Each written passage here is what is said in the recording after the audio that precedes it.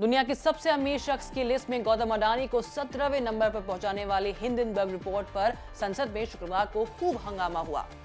कांग्रेस, आम आदमी पार्टी, तृणमूल समेत 13 विपक्षी दल इसे घोटाला बताकर जेपीसी से जांच की मांग पर अड़े हुए हैं, लेकिन सरकार इसे अनसुना किए बैठी है। जेपीसी यानी जॉइंट पार्लियामेंट्री कमेटी। आजाद भारत में सिर्फ 6 बार किसी घोटाले की जांच के लिए जेपीसी यानी कि जॉइंट पार्लियामेंट्री कमेटी बनाई गई है। जेपीसी की रिपोर्ट ने ऐसे खुलासे किए हैं कि राजीव गांधी जैसी ताकतवर सरकार भी चुनाव हार गई। इस स्टोरी में आपको बताते हैं कि आखिर जेपीसी क्या होता है, ये किस तरह से बनाई जाती है, कैसे काम करता है, क्या इसकी हिस्ट्री रही है और इसका महत्व क्या है, क्या असर डाल सकती है।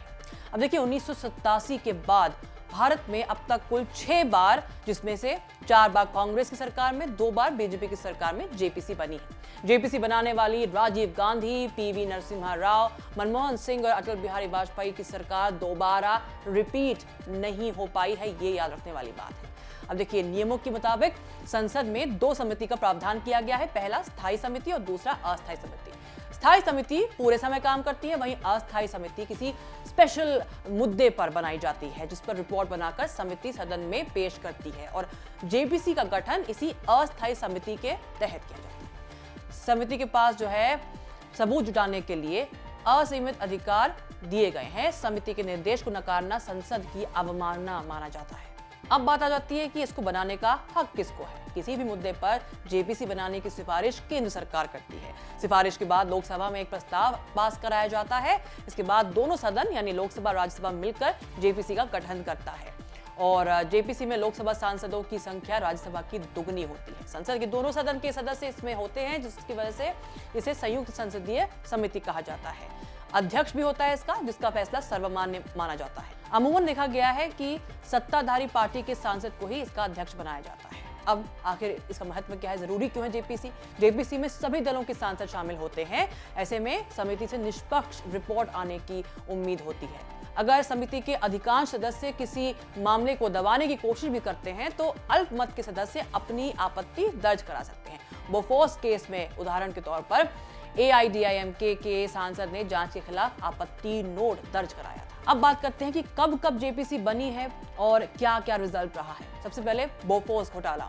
स्वीडन की हथियार बनाने वाली कंपनी बोफोर्स और भारत सरकार के बीच साल 1987 में 1437 करोड़ रुपए का एक रक्षा सौदा हुआ था। इसी बीच स्वीडिश मीडिया में खबर आई कि बोफोर्स ने रक्षा सौदे के लिए कई देशों की सरकार को रिश्वत दी है।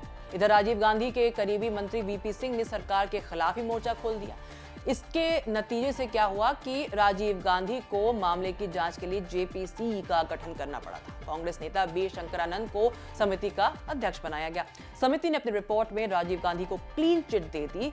रिपोर्ट आने के बाद विपक्ष ने इस पर काफी हंगामा किया। 1984 में 414 सीटें हासिल करने वाली कांग्रेस पार्टी को यानी कि राजीव गांधी को 1998 में हार का सामना करना पड़ा था। बोफोर्स घोटाले को मजबूती से उठाने वाले वीपी सिंह देश के फिर प्रधानमंत्री बन गए।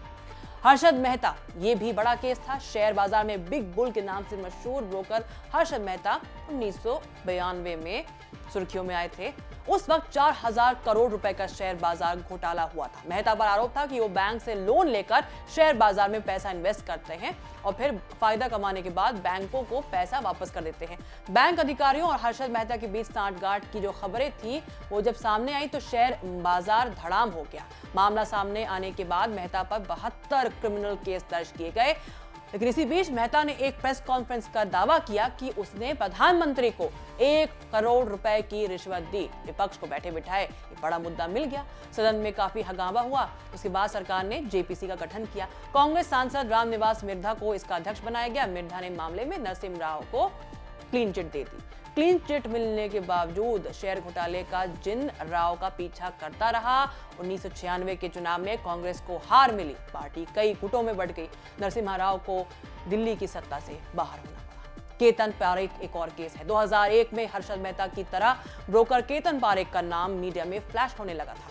पारेख की वजह से अहमदाबाद की माधवपुरम मर्सेंटाइल सहकारिता बैंक पूरी तरह डूब गई। घोटाले का दाग वाजपेयी सरकार पर भी आया, जिसके बाद बीजेपी सांसद रिटायर्ड लेफ्टिनेंट जनरल प्रकाश मणि त्रिपाठी की अध्यक्षता में जेपीसी का गठन हुआ।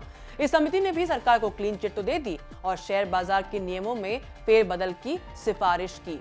सॉफ्ट ड्रिंक में पेस्टिसाइड का मामला, ये भी एक बड़ा केस था, बड़ा मुद्दा था।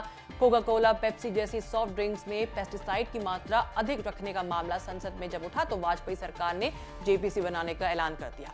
इस बार विपक्ष के शरद पवार को इसकी अध्यक्षता सौंपी गई। पवार की अध्यक्षता वाली जेपीसी ने माना कि सॉफ्ट ड्रिंक और फ्रूट जूस में पेस्टिसाइड मिलाया जा रहा है। सिफारिश भी सरकार को सौंपी। कुछ दिन बाद ही लोकसभा के चुनाव हुए और जेपीसी का गठन वाजपेयी सरकार के लिए एक पनौती साबित हुआ। भारत उदय के रथ पर सवार बीजेपी सरकार बनाने से चूक गई और देश में कांग्रेस नीति यूपीए की सरकार बनी। 2G स्पेक्ट्रम 2009 और 2010 में स्पेक्ट्रम आवंटन मामले में रिश्वत लेने की बात जब सामने आई तो भ्रष्टाचार के मुद्दे पर कांग्रेस बुरी तरह घिर गई। तत्कालीन दूरसंचार मंत्री ए राजा को जेल भी जाना पड़ा। कई दिन संसद ठप होने के बाद मनमोहन सरकार ने 2011 में जेपीसी बनाने का ऐलान किया था। जेपीसी की अध्यक्षता कांग्रेस सांसद पीसी चाको को सौंपी गई थी। चाको ने कुछ ही दिन के भीतर ड्राफ्ट रिपोर्ट में पीएम मनमोहन सिंह और वित्त मंत्री पी चिदम्बरम को क्लीन चिट दी। रिपोर्ट पर 15 सांसदों ने विरोध जता दिया था। 2013 में फाइनल रिपोर्ट में समिति ने 2G स्पेक्ट्रम घोटाले का ठीकरा तत्कालीन दूरसंचार मंत्री पर फोड़ दिया।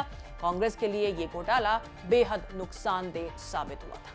वीवीआईपी हेलीकॉप्टर घोटाला एक और केस रहा। राष्ट्रपति, उपराष्ट्रपति और प्रधानमंत्री समेत वीवीआईपी के लिए हेलीकॉप्टर की खरीद के लिए भारत सरकार ने अगस्ता वेस्टलैंड से 3,700 करोड़ रुपए या उससे ज्यादा का कहा जाता है सौदा किया था। आरोप लगा कि सौदे के लिए कंपनी के राजनेताओं और अधिकारियों को रिश्वत दी गई है। मनमोहन सरकार ने जांच के लिए 2013 में जेपीसी गठन का प्रस्ताव रखा।